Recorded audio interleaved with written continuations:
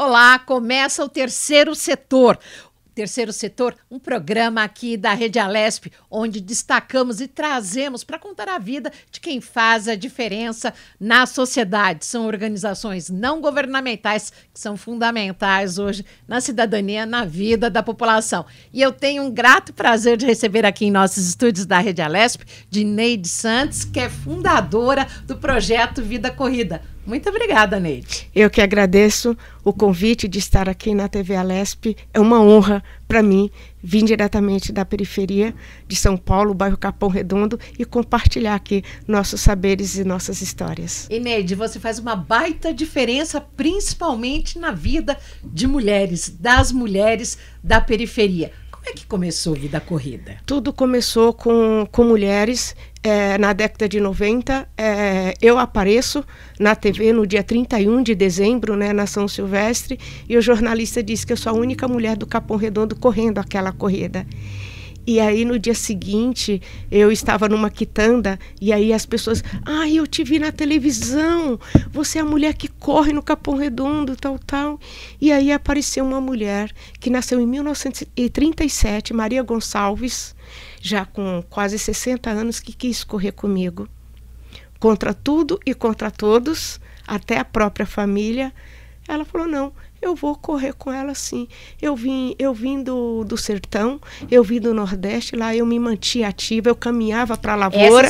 Essa senhora. Eu caminhava até a lavoura, trabalhava com enxada o dia inteiro e eu me movimentava. Cheguei em São Paulo, eu vivo trancada dentro de uma casa, não saio para lugar nenhum, eu quero manter meu corpo em movimento. E eu falei, vem correr comigo. E eu digo para você, Renata, Maria Gonçalves inspirou outras mulheres mais jovens, porque elas falavam assim, me chamavam de a maluquinha que corre. Falou, pô, se essa velhinha tá correndo com essa maluquinha, pô, vamos chegar junto, quem sabe elas deixam a gente correr. Quantos anos você tem? Eu estou com 65 anos, eu nasci em 1960. E você começou o Vida Corrida aos 40? Aos 40 anos, aos 39 anos. Aos 39 anos. Exatamente. E de onde vem essa paixão pela corrida? A paixão pela corrida vem de um professor. De onde vem essa endorfina pela corrida? A endorfina pela corrida acho que vem da minha infância. Eu nasci em Porto Seguro, né? Nasci livre, sabe? Bahia. A gente só brincava e era o mais prazeroso, né? Aí, infelizmente, né, por problemas sociais da época, meu pai foi em busca de ouro e minha mãe se viu sozinha com 3 filhos para criar. Minha mãe nos entrega para 3 famílias, éramos 3 irmãos, cada um foi para um estado, um foi para o Espírito Santo, um na Bahia e eu vim para São Paulo. E aqui em São Paulo acabou toda a minha brincadeira, toda a minha diversão. Eu fui parar numa oficina de costura, e vivi nessa oficina de costura até meus 11 anos, sem nenhum contato externo. Vivi trabalhos análogos à escravidão. Aprendi a trabalhar, a costurar tudo muito cedo. Houve-se uma denúncia, o poder público me tirou de lá, e um casal de tutores ficou comigo até muito tempo depois achar minha família, e eles me colocaram na escola. E quando me colocaram na escola, eu adorava a educação física, porque era um momento mais prazeroso para mim. E quando foi em 74, houve um campeonato colegial, o professor me tirou do handebol e me colocou para correr 100 metros no revezamento 4x100. Em 1974, nunca mais eu parei de correr. E, para nossa surpresa, em 1975, né, as mulheres conquistaram o direito de correr uma São Silvestre, porque São Silvestre era uma corrida somente para homens. E que idade que você tinha em 75? Eu tinha 15 anos, e eu queria muito, e eu fui assistir as mulheres correr. Porque então acho que era só com 18, né? Não, maior idade, mulheres maior idade na época era 21 anos, né? E aí eu esperei chegar meus 21 anos para correr uma São Silvestre, e desde então... Enquanto isso, você seguia correndo pelo Capão Redondo? Continuou correndo pelo Capão Redondo às madrugadas, e depois atravessava a ponte e ia trabalhar, né? Eu primeiro comecei a trabalhar de doméstica, depois de doméstica eu comecei a trabalhar de costureira voluntária, costureira diarista, porque a costureira diarista ganhava o dobro da empregada doméstica, né, da diarista. E essas mulheres acordavam de madrugada para treinar comigo. E aí o meu primogênito, o meu primeiro filho, ele também amante por esporte, jogava futebol, jogava capoeira, mas era fascinado por futebol. Ele me pedia para que eu atendesse as crianças da comunidade. Era uma época, foi justamente no final de 90, o crack começou a chegar nas comunidades. Nossas crianças, você não via criança nenhuma usando droga, mas eles usavam as crianças para fazer entrega, que chamava as crianças de aviãozinho. Isso. E aí meu filho falava: mãe, daqui a algum tempo, essas crianças, mãe, vão se envolver de uma tal maneira que aí não vai dar tudo errado, mãe. Faz alguma coisa. A senhora já treina as mulheres, treina as crianças. E aí eu disse para o Mark que eu não poderia fazer isso porque eu não tinha tempo, eu tinha que trabalhar, eu tinha que educar meus filhos. Eu já tinha 3 filhos, né? Já tinha a jornada de mãe, a de trabalhadora, a de corredora. De corredora. Ele queria mais uma para você. E uma líder comunitária, né? Eu era presidente da Associação de Moradores da Coab Adventista, né? Polijornada. Exatamente, né? Ainda era aqui que buscava, junto com a subprefeitura, trazer melhorias para nossa Coab, né? E aí eu não fiz a vontade do meu filho. E aí quando foi em 2000, meu filho saiu de casa e meu filho não voltou. Eu enterrei meu filho, Renata. Renata, o mundo desmoronou.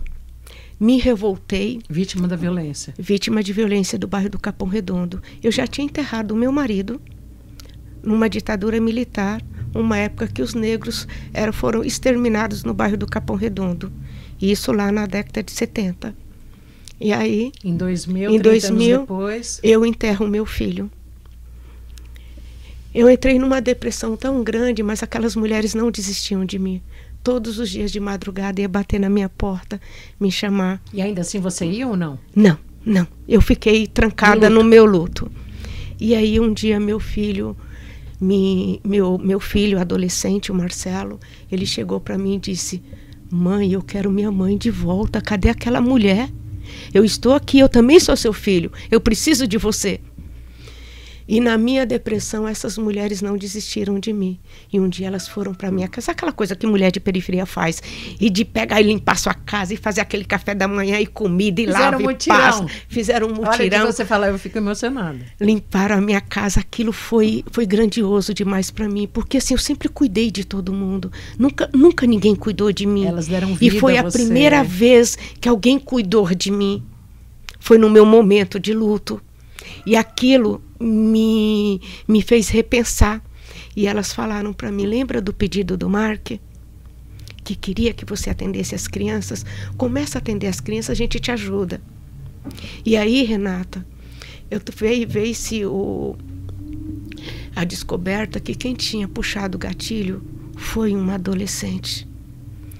E aí tudo aquilo virou um turbilhão na minha cabeça, porque eu comecei também a pensar naquela outra mulher, me colocar no lugar dela. Porque aquela mulher, do menino que puxou o gatilho, ela ama tanto teu filho que puxou o gatilho, como eu amo o meu que recebeu a bala. E que mulher seria eu se desejasse o mesmo para aquele filho daquela mulher?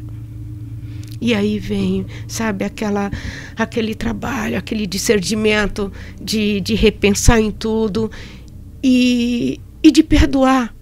Porque o ódio só alimenta quem sente. Essa comunidade plantou o amor no seu coração, a partir do momento que elas foram até lá e cuidaram de você, a acolheram. Exatamente. E aí você... E aí nasce Vida Corrida. Vida dos meus amores que eu enterrei no bairro do Capão Redondo e corrida que eu fiz uma vida inteira.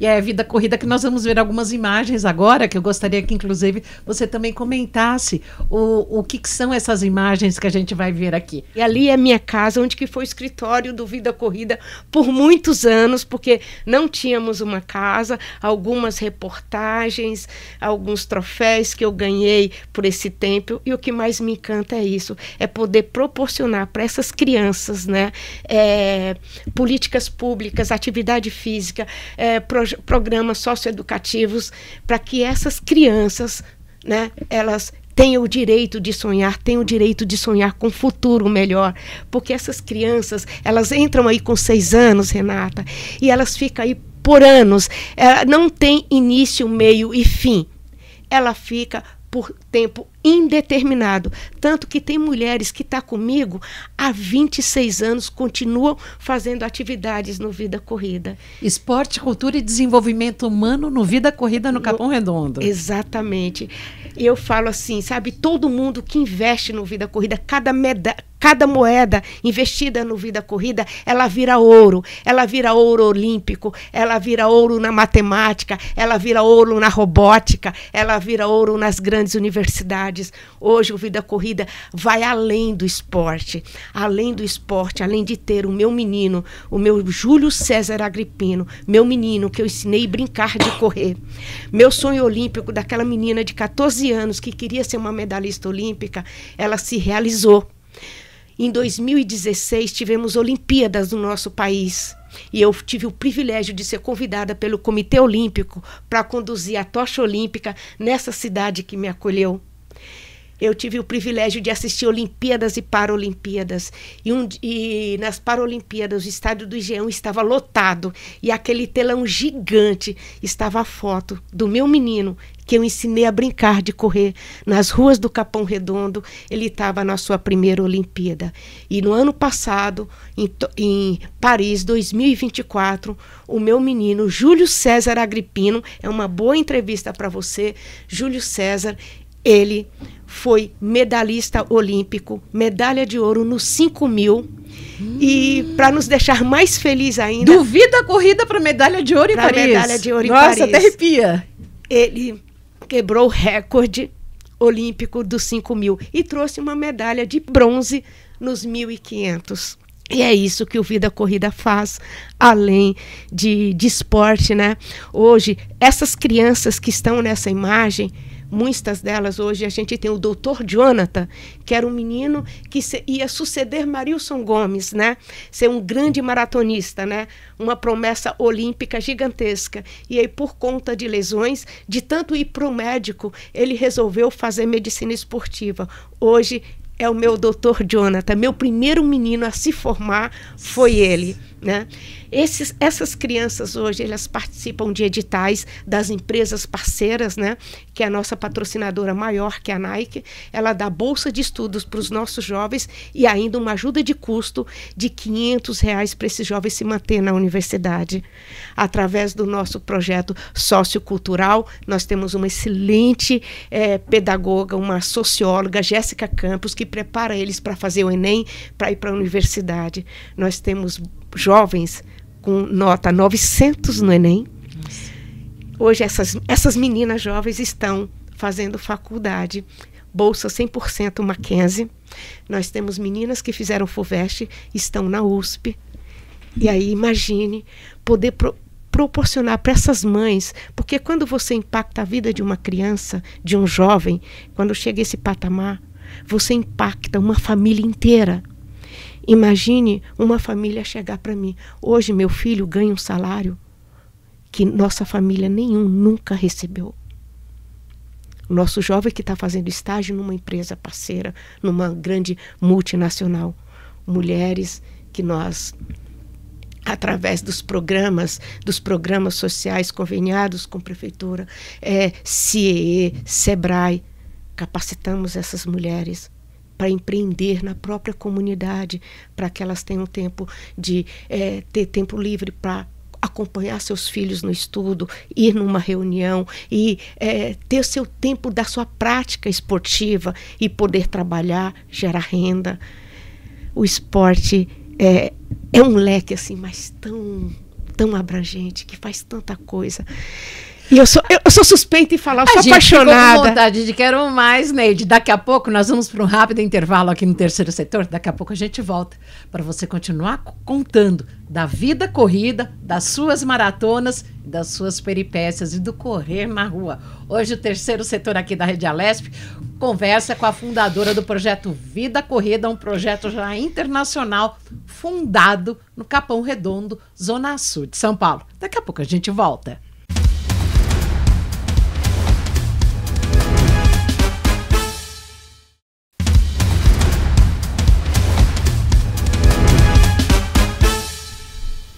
O intervalo foi rapidinho e já estamos de volta aqui no terceiro setor da Rede Alesp, hoje com Neide Santos, fundadora do projeto Vida Corrida, um projeto excepcional que leva o esporte. É uma ONG que trabalha o esporte, principalmente na periferia de São Paulo, no Capão Redondo, extremo sul. Neide, continua contando pra gente. As suas amigas a tiraram de casa, você saindo de um luto, aí você começou a colocar as crianças para correr. Como é que foi o começo? Você começou a reunir as crianças onde? Na rua, num parque, logo conseguiu alugar alguma coisa? Como é que foi? Não, eu sempre estudei sobre políticas públicas, né? E aí eu comecei a atender as crianças na rua. Como levar esse direito ao esporte, à cultura, aos menores? Eu acredito muito em parceria público-privada. Busca, é só você estudar, a prefeitura, o governo pode trabalhar junto, pode não, trabalha junto com... Assim como a Alesp e os deputados, já que nós estamos na Casa do Povo também. Exatamente. E aí eu fui saber sobre ruas de lazer. E aí busquei a Secretaria de Esportes e falei assim, eu quero fazer a minha rua uma rua de lazer, uma rua de brincar. E aí, lógico, segui todos os trâmites, fiz todo o necessário, cadastrei a rua e a minha rua, depois da Paulista, eu falo, o case de sucesso de rua de lazer é a rua Arroio do Engenho, né? No Capão Redondo, que se transformou. Eu falo, eu ainda canto aquela música, se essa rua fosse minha. Eu transformei uma rua que era denominada como Rua da Morte, pela violência que acontecia nela, na rua de brincar, para todos os meus amores passar. Tanto que essa rua já esteve em documentários da BBC de Londres, já teve em documentários que saiu no mundo inteiro, né? A Nike fez um documentário gigantesco com a gente, onde que todas as emissoras que foram fazer entrevista com a gente faz as reportagens na nossa rua de brincar. Hoje, qual o nome da rua? É Rua de Brincar. Rua de Brincar. E antes ela era denominada como Rua da Morte, né? E junto com a prefeitura, elas têm os dias para fechar, que é domingos e feriados. Mas caso a gente vai fazer evento, vai fazer alguma coisa que não seja nesses dias, fazemos um ofício, levamos no poder público, vai lá, fecha, CT colabora, a GCM colabora e a gente está sempre utilizando essa rua para práticas esportivas. Hoje, momentos de férias de julho, férias de janeiro, as férias escolares. Ela tem uma pista de atletismo, ela tem um garrafão de basquete, tudo pintado na rua, ela tem um circuito de crossfit desenhado na rua com os exercícios que tem que fazer, tanto que na pandemia, para você ter uma ideia, foi quando a gente teve a ideia de pintar toda a rua, porque como não tinha academia e os espaços abertos poderiam fazer práticas esportivas, e as pessoas se juntavam para ir para a rua para fazer práticas esportivas, mas isso tudo graças essas parcerias público e privada. É muito importante. Organização que não conversa com o poder público, ela não vai para frente. A gente precisa dos nossos governantes do nosso lado nos apoiando e buscar sobre emendas parlamentares, como uma ONG consegue emendas parlamentares. Lembra que eu falei da minha casa? Sim, que era um escritório, né? Através do poder público buscamos vereadores, deputados e prefeitos e governantes. Nós conseguimos a cessão de um terreno até 2048. Hoje construímos a Casa Vida Corrida com emenda parlamentar e hoje, através de todas essas conquistas do Vida Corrida, depois dessas conquistas, nós pulamos de 500 atendidos... Aí onde é? Para 800 atendidos. Aqui é dentro do Parque Municipal Santo Dias. Essas quadras estão dentro do parque, né? E nós trabalhamos com lei de incentivo ao esporte, tanto lei federal como a lei paulista de incentivo ao esporte, o qual são renúncias fiscais, o qual as grandes empresas renunciam parte dos seus impostos, que é destinado, aí é a Coab, aí é minha casa. Eu moro aí, porque você não consegue impactar algo em qual você não está inserido. E o grande sucesso do Vida Corrida para fazer esse grande engajamento comunitário é porque eu estou lá há mais de 50 anos. Eu conheço cada viela, eu conheço cada beco. Quando uma criança e uma mulher faz a inscrição no projeto Vida Corrida, Eu sei se na casa dela, onde que ela mora, se ela tem saneamento básico, se ela mora na beira do córrego, se ela está cadastrada no CRAS, se ela recebe Bolsa Família. Apenas assim com o Vida Corrida, somente com o esporte, ou de uma forma geral, dando educação para a criançada, tratando de assuntos delicados como violência doméstica, questão de feminicídio? Como é que é tudo isso? Para você ter uma ideia, a pandemia a pandemia foi algo assim, da gente se reinventar e como a gente cresceu. A gente não cresceu, assim, a época que nós crescemos o Vida Corrida que é uma foi na pandemia. Sedenta, né? Sedenta por foi tudo. Na pandemia que a gente vê que a gente tinha que alimentar uma comunidade inteira e buscar parceria com as empresas parceiras. E aí veio a necessidade de contratar psicólogos, contratar assistente social, porque vai chegando uma hora que você não consegue ser a mais faz tudo. E aí eu preciso ter mais funcionários. E hoje nós temos 21 funcionários, 90% dos funcionários são mulheres, desde sociólogas, educadoras, monitores, assistentes sociais, que temos 2 assistentes sociais hoje no Vida Corrida, para atender toda essa demanda dessas mulheres. Temos parcerias e fazemos um trabalho incrível hoje na Casa da Mulher, que fica no Jardim Germânia, no Campo Limpo, o qual nós levamos atividade física, bem-estar para mulheres vítimas de violência, que fica nessa casa, né? Nós trabalhamos lá de segunda a sexta, levando atividade física para essas mulheres. E são mulheres atendendo mulheres, porque lá não trabalha homens, né? Foi a primeira vez que nós saímos do nosso entorno, do Vida Corrida, para fazer um trabalho em outro local, porque essas mulheres não podem vir até o Vida Corrida, porque elas têm medidas protetivas. Em 25 anos, vocês atenderam mais de 5.000 pessoas. Hoje, vocês atendem anualmente 400 mulheres? Só mulheres? Só mulheres. E 400 crianças. Meninos e meninas. Meninas e meninos, né? Os meninos ficam lá até os 18 anos, e aí, antes dele completar os 18 anos, ele já está encaminhado para a universidade, ele já está encaminhado para o mercado de trabalho, eles já estão... E também aparece talentos. E tem fila de espera? Tem fila de espera. Nós trabalhamos com esporte educacional. Não preparamos ninguém para alto rendimento. Só que em qualquer lugar aparecem os talentos, né? Como o Capão Redondo é um celeiro de potências, né? Hoje nós estamos com 14 jovens em alto rendimento, né? Nossa. E o Negro, que trouxe duas medalhas ano passado. Exatamente. O Júlio César Agripino. Júlio César Agripino. Nós temos 2 paralímpicos e 12 atletas convencionais. E mais de 20 atletas na universidade, muitos deles via empresas, via vestibulares, e outro do Bolsa Atleta, através do programa de governo da prefeitura, que hoje eles estão no Centro Olímpico, no Ibirapuera. Esses jovens que estão competindo, eles têm uma bolsa universitária através do esporte.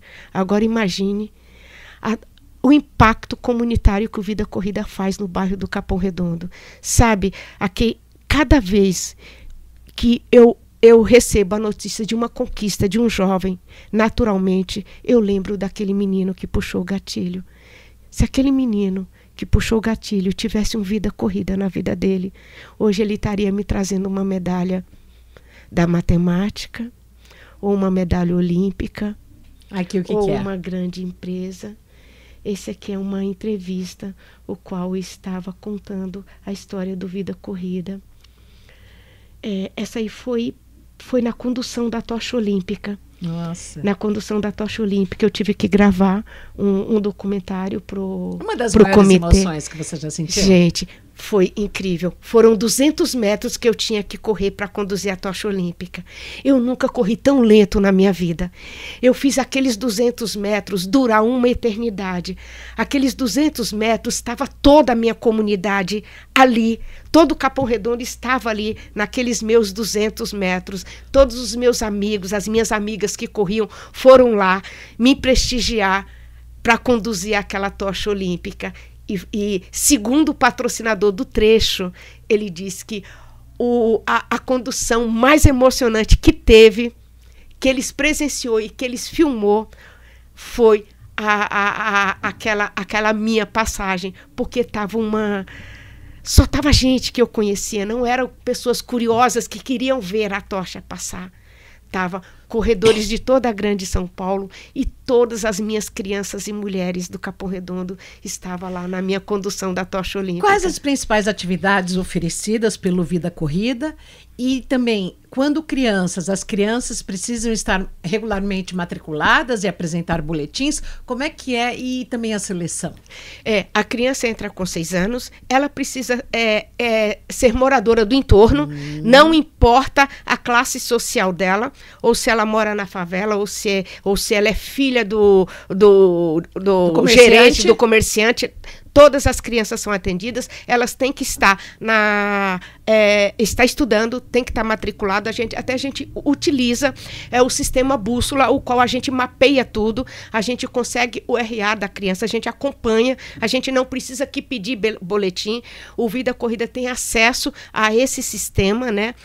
A assistente social tem acesso a esse sistema e a gente acompanha essas crianças, né? E todos eles têm que ser morador do entorno. Mas a criança, para entrar, claro que ela está começando. Aí vocês vão acompanhando o desenvolvimento de notas dela, o desenvolvimento pedagógico, e se tiver algum problema, vocês bloqueiam, vocês conversam? Não. Aí a gente busca reforço escolar, que a gente tem voluntários para isso, para fazer esse trabalho. Nossa. Porque se ela já foi exclusa, porque é uma péssima aluna, e aí o projeto social não pode excluí-la de forma alguma. Acolhe, abraça. Exatamente. Nós trabalhamos com atletismo, que é o carro-chefe, é a minha paixão.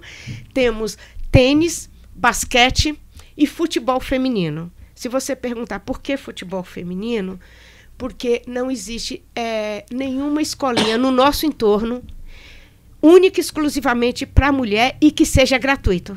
E o Vida Corrida atende totalmente gratuito. Lá não tem custo, absolutamente custo nenhum para nenhuma atividade física. É totalmente grátis, porque todas elas são mantidas pela iniciativa privada.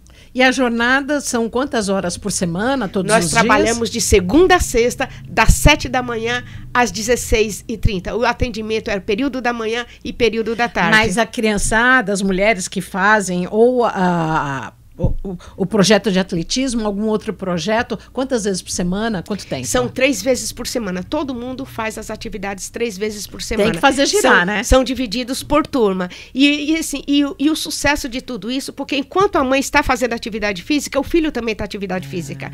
Não é aquele lugar que ela vai, ela tem que ficar sentada, esperando o filho terminar a atividade física, e aí cada vez, quando ela vai fazer a matrícula dela e do filho, a gente já põe os dois no mesmo horário, para que ela não perca tempo fazendo a atividade no horário e o filho no outro. Mas se a mãe trabalha e não pode, um irmão pode levar? Um irmão pode levar, sempre tem a avó, tem a tia, e mulher muito solidária. Tem mulher lá que ela leva quase todo mundo da rua dela, né? Uma ajuda a outra. Você sabe que mulher, e principalmente a mulher periférica, ela tem muito isso de ajudar uma a outra, porque se faz necessário. Eu sou de uma época em que, quando eu era adolescente, que eu fui ser mãe dos meus irmãos, quando minha mãe biológica aparece na minha vida, que aí eu fico em casa cuidando dos meus irmãos para minha mãe trabalhar de doméstica, eu comecei a fazer isso muito cedo.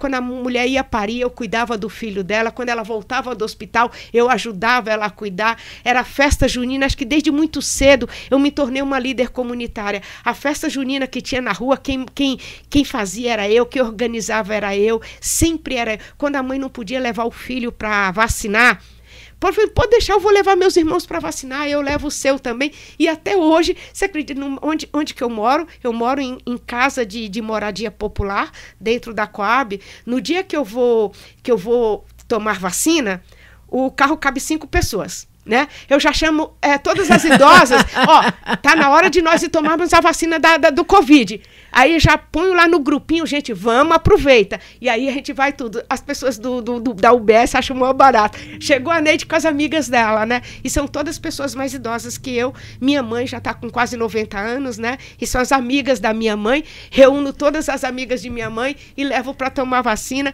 É sempre assim, Covid, da gripe, né? né, da influenza, né, e a gente se reúne e em comunidade até hoje tem muito isso, de uma mulher, uma apoiar a outra, de que forma eu posso contribuir, de que forma eu ajudar. As mais jovens não, mas as mais idosas, principalmente as migrantes, as nordestinas. A mulher mais idosa que você tem? A mulher mais idosa que eu tenho já está com 82 anos e está fazendo atividade física. A minha primeira, Maria Gonçalves... Não necessariamente a corrida. Não, mas está fazendo condicionamento físico. Faz caminhada e condicionamento físico. Lá cabe todo mundo. A gente tem atividade física para todas as idades, porque... Em todas as turmas nós temos uma professora de educação física e uma monitora para acompanhar essas mulheres. E uma das coisas um dos nossos desafios foi as crianças com aspecto autista. Depois da pandemia, para você ter uma ideia, antes da pandemia nós tínhamos 3 crianças. Hoje nós já temos mais de 20 crianças com aspecto autistas que são inseridas no projeto Vida Corrida. E criança com autismo adora atividade física. Elas não aceitam o comando exercita sim, mas na hora de brincar, de se divertir, de sair correndo, eles adoram. E a gente pode inserir eles em todas as atividades físicas. E você foi buscar um tratamento especializado para entender como cuidar dessas crianças? Sim, a gente tem uma parceria com a UBS, né, que nos dá um apoio total e temos médicos e fisioterapeutas voluntários que fazem trabalhos voluntários no Vida Corrida. Neide Santos, o programa está acabando rapidinho. Você acaba de chegar de Los Angeles, nos Estados Unidos. O que você foi fazer lá? Fui falar de políticas públicas, o mesmo que eu estou falando aqui, eu fui a trabalho, mas para carimbar meu trabalho com chave de ouro, eu corri uma meia maratona, 21 quilômetros e 95 metros, com 18 mil mulheres. Foi algo incrível, porque eu nunca tinha corrido com tantas mulheres.